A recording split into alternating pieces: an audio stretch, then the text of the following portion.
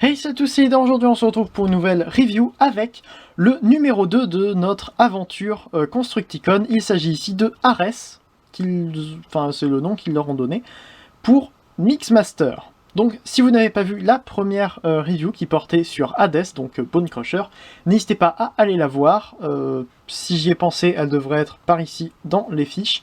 Ça serait pas mal pour tout ce qui est considération de qu'est-ce que c'est que ce jouet et d'où est-ce qu'il sort et combien est-ce qu'il a coûté et tout ça. Voilà. Donc au niveau de la boîte, c'est quasiment exactement la même que celle qu'on a déjà vue pour Bone Crusher. Donc avec ici une image de Mixmaster que j'aime bien, c'est assez sympathique. Mode alternatif numéro 02 cette fois-ci.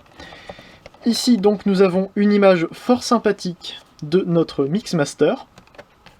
J'aime bien ce style, je sais pas pourquoi. Toujours Dévastateur avec son point spécial glacé de pouvoir de je sais pas quoi.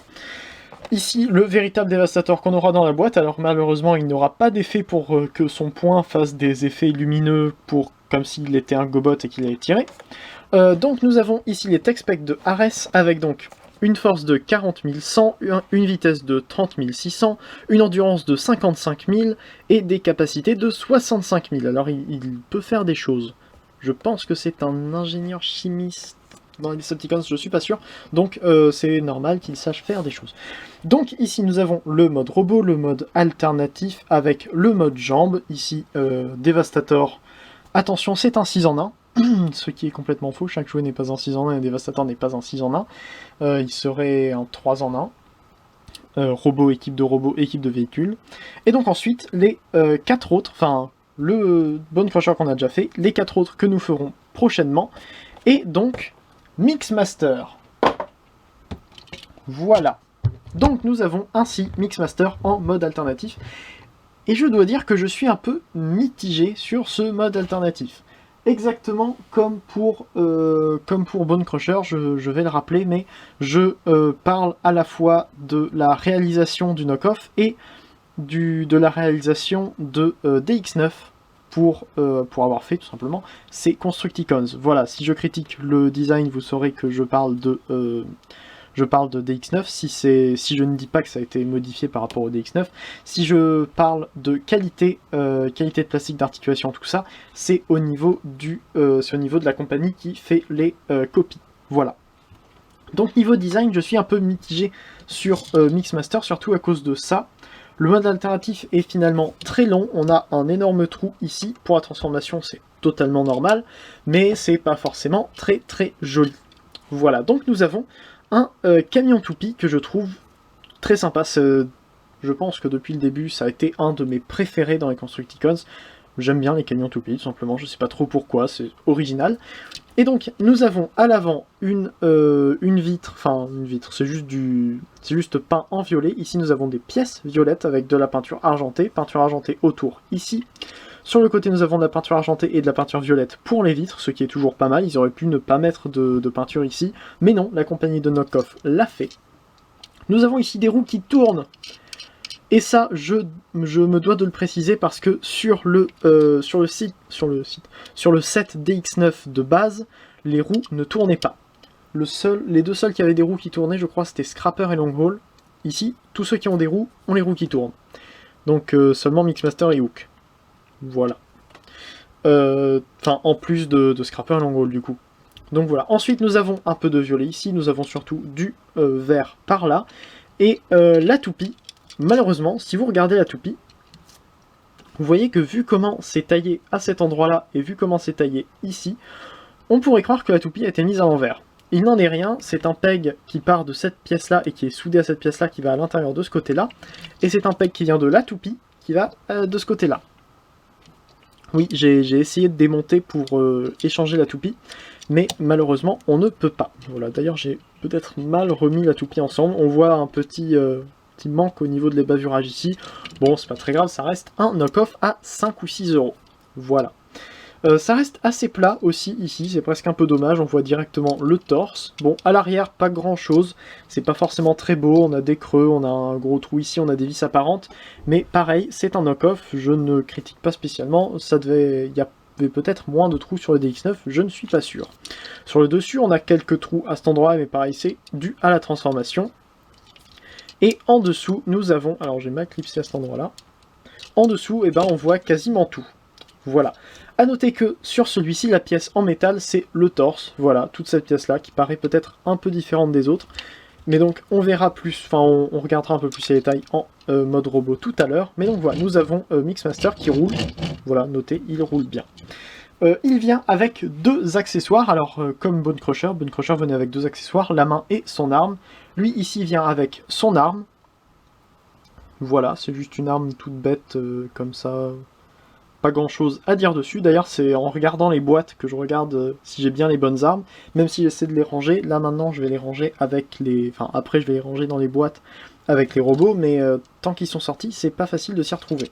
On peut venir mettre l'arme ici, donc par exemple derrière comme ça, pourquoi pas, je pense pas qu'on puisse la mettre ainsi, non ça passe pas, enfin c'est trop fin, donc on la met comme ceci, et voilà. Et là, le deuxième accessoire, c'est un accessoire qui est plus grand que lui. Si on prend donc le mode camion dans la longueur, voici l'arme qui vient avec lui. C'est le canon de Devastator, l'arme de Devastator que je trouve absolument magnifique, très simple mais magnifique, ça fait tellement G1. C'est en deux pièces, vous pouvez voir qu'il y a les vis d'un côté, c'est pour ça que je préfère montrer de ce côté-là, c'est quand même plus joli. On a un tab ici, on verra pour mettre dans la main en mode combiné, on n'a pas de trou ici, est-ce que c'est grave? Pas du tout. Ça peut, de toute façon, ça peut très bien être un truc alien, donc il n'y a pas forcément à avoir de trou pour que ce soit une arme. Voilà, donc on a quelques détails dessus que je trouve très joli, ça doit reprendre à peu près l'arme du jouet G1. Mais franchement, je trouve cette arme magnifique. Malheureusement, si on achète juste Mixmaster comme ça, on se retrouve avec une grosse arme, on sait pas du tout ce que ça vient faire là. Enfin, si, on se dit, quand on regarde les instructions, ça doit être pour le mode combiné, mais sinon, on n'a nulle part où la poser. On peut à la limite venir la poser là, mais même ça tient pas. Donc voilà, on va la laisser sur le côté pour le moment, et on ne va plus en parler pendant toute la review. Pour les comparaisons, voici, enfin la comparaison en mode alternatif, j'en ai qu'une seule. Windcharger Legends, décidément, il aura beaucoup sorti, enfin il aura beaucoup servi dernièrement. Donc vous pouvez voir qu'il est un peu plus long, il est un peu plus haut, donc voilà, mais Mixmaster, vous le verrez, sera le plus petit des Constructicons. Donc voilà, ça reste pareil, sensiblement de la même taille, ce n'est pas du tout à l'échelle, hein, Mixmaster devrait être beaucoup plus grand que ça par rapport à une voiture. On peut donc maintenant passer au mode robot, donc la transformation. On enlève pour ça l'arme, qu'on va mettre sur le côté. On va commencer par les jambes, donc on prend ces pièces-là et on les étire un peu comme ceci, voilà. Et on vient les sortir ainsi. A noter qu'il y a donc un peg en bas ici qui vient se mettre dans le carré ici. C'est pour ça qu'il faut un peu tirer et utiliser l'axe ici qui servira pour la transformation en mode combiné. Voilà. Ensuite on vient sur le toit et on sort ce qui va former les pieds ainsi. On peut venir séparer la cabine en deux, ça tient vraiment très bien, trop bien même. Voilà, donc c'est juste deux tables, enfin un picot et un trou. C'est avec d'ailleurs des détails dedans qui sont très jolis. Mais donc c'est juste ça et ça tient déjà très bien. Voilà. Ensuite, on peut venir en haut. On va prendre les pièces sur les côtés ici et on va tout simplement venir les séparer, les ramener entièrement sur le côté comme ceci, donc sur un axe ici, et maintenant sur les ball joints on vient remettre le bras dans le bon alignement, comme ça. Plus qu'à prendre les petits canons qui sont sur la tête et les ramener vers le bas, et ainsi nous avons Mixmaster en mode robot. Et déjà on voit un problème, il n'est pas très stable. Voilà, ça vient du fait qu'il manque un peu de talon. Si on regarde derrière, on voit qu'en fait il faut venir tirer un peu la jambe pour la ramener vraiment droite, pour que ça soit un peu mieux, tout simplement pour qu'il soit un peu plus penché vers l'avant. Donc c'est pas très pratique. Et pour les poses, ça l'est encore moins. Voilà, donc c'est pas génial. C'est pour ça que je préfère encore fermer les pieds. C'est pas grave, je pense, s'il n'a pas vraiment de pieds. Il suffit de tirer un peu au niveau des jambes pour faire comme si c'était des sortes de bottes surdimensionnées. Et ça passe, je trouve, tout aussi bien. Comme ceci. Après, évidemment, ça fait qu'on a des pièces qui ne serviront jamais à rien. Mais bon, je trouve que c'est quand même mieux, puisque comme ça, il va pas tomber. Au niveau des détails, on a donc la tête comme ça qui est censée représenter le logo Decepticon et ici ne le fait pas. Est-ce que c'est grave? Non. On a des canons au-dessus de la tête, donc les détails qui étaient là pour le mode alternatif. Au niveau du torse, on a de l'argenté à cet endroit-là, un rond ici, juste des trucs carrés là, encore de l'argenté et du jaune à cet endroit-là, plus les détails de l'avant ici, plus quelques détails qu'on pouvait déjà voir en mode alternatif. Au niveau du backpack, évidemment, on a toute la toupie, ce qui est absolument normal. Hein. Ça n'est utilisé nulle part dans le mode robot, dans quasiment aucune version officielle du moins.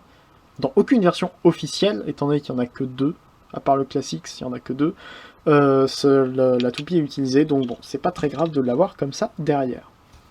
On peut donc lui donner son arme, comme ça, et pareil, ça donne assez bien.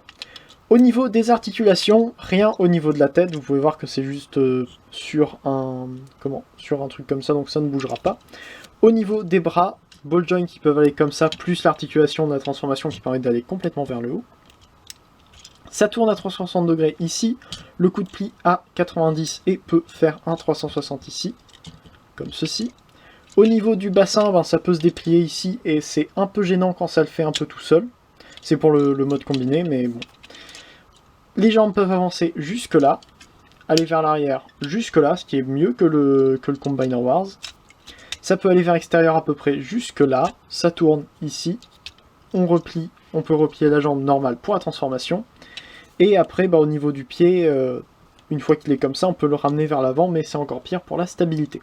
Voilà, mais bon, je vais le laisser sorti juste pour vous montrer un peu la comparaison de taille, enfin les comparaisons de taille d'ailleurs, puisque je vais recomparer avec Tailgate, qui est toujours en mode robot à côté. Voilà, et vous pouvez voir qu'il est quand même plus grand. Mais ça reste évidemment pas à l'échelle, donc c'est un très grand Legions, un scout à peu près. Et donc ici, Trigger Happy, vous pouvez voir qu'il arrive à peu près à la même hauteur qu'arrivait Bone Crusher. Et donc enfin, Megatron pour montrer qu'il est à peu près à l'échelle, et je trouve que ça donne là encore très bien. Voilà, même si lui a beaucoup plus de détails très fins, il a moins de... Enfin, il est déjà 3 ou 4 fois moins lourd. C'est assez impressionnant. Lui, on a l'impression qu'avec un coup de vent, il va s'envoler, alors que lui, faut en vouloir. Il n'est pas non plus extrêmement lourd, mais ça reste pas mal. Donc on enlève Megatron. Et on peut comparer déjà avec Bone Crusher, et Megatron vient de tomber. Super, je vais avoir à le chercher. Donc, Bone Crusher, le voici. Je trouve qu'il donne quand même assez bien tous les deux. Voilà. Donc, je pense que c'est à peu près tout ce que j'avais à dire pour cette review. J'espère qu'elle vous aura plu. Oui, je pouvais mettre le canon avec. Mais bon, ça sert pas à grand chose. Bon. Donc oui, je crois que c'est tout ce que j'ai à dire sur ce Mixmaster, qui là encore est assez bien, peut-être un petit peu simple. Mais bon, bien quand même. Voilà, j'espère que la vidéo vous aura plu. N'hésitez pas à mettre en commentaire si elle vous a plu. Si aussi la figurine vous intéresse ou si elle vous plaît, ou pour toute autre question par exemple. N'hésitez pas non plus à aller faire un tour sur les chaînes Visat Transformers qui se trouvent juste après ou juste en dessous en description. Et ainsi que sur le forum transformersfr.com pour toutes les nouvelles sorties en termes de Transformers officiels ou non. Voilà, donc j'imagine que c'est tout ce que j'avais à dire. On devrait se retrouver normalement pour une prochaine vidéo d'ici quelques temps. Si c'est une review, la prochaine sera sur le numéro 3 de cette aventure Constructicon. Donc voilà, c'est tout pour moi. C'était Leader, fin de former un jour, fin de former toujours, allez, salut.